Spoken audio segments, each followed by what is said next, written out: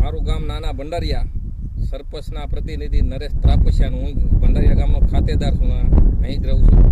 અમારા ગામમાં 4 દિવસ સતત વરસાદ પડતા, 5 થી 6 ઇંચ વરસાદ પડતા ખેડૂતોને સંપૂર્ણ પાક નિષ્ફળ થઈ ગયો. મગફળી બધી ઉગી ગઈ છે, કપાસ ઉગી ગયો, સોયાબીન ઉગી ગયા. અમારે કોઈ અત્યારે આ ઢગલા જે પડ્યા એ ખાતર કરીને સાઈડમાં નાખી દેવાના છે. અને સરકાર તરફથી અમારે ખેતી વિભાગમાંથી ગ્રામ સેવક શ્રી અમારા કંચનબેન છાંગાણી, તલાટી મંત્રી, ખેડૂતો સાથે રહીને અમે સર્વે કરાવી રહ્યા છીએ.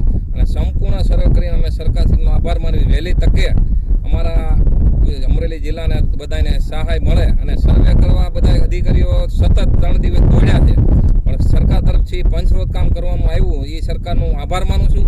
પંચરોજ કામ કરીને તલાટી અમે ગ્રામ સેવક સાથે રહીને અમે પંચરોજ કામ કર્યું. નાના ભંડારિયાનો સંપૂર્ણ ખેડૂત ખાતેદારની 100% પાક નિષ્ફળ ગયો.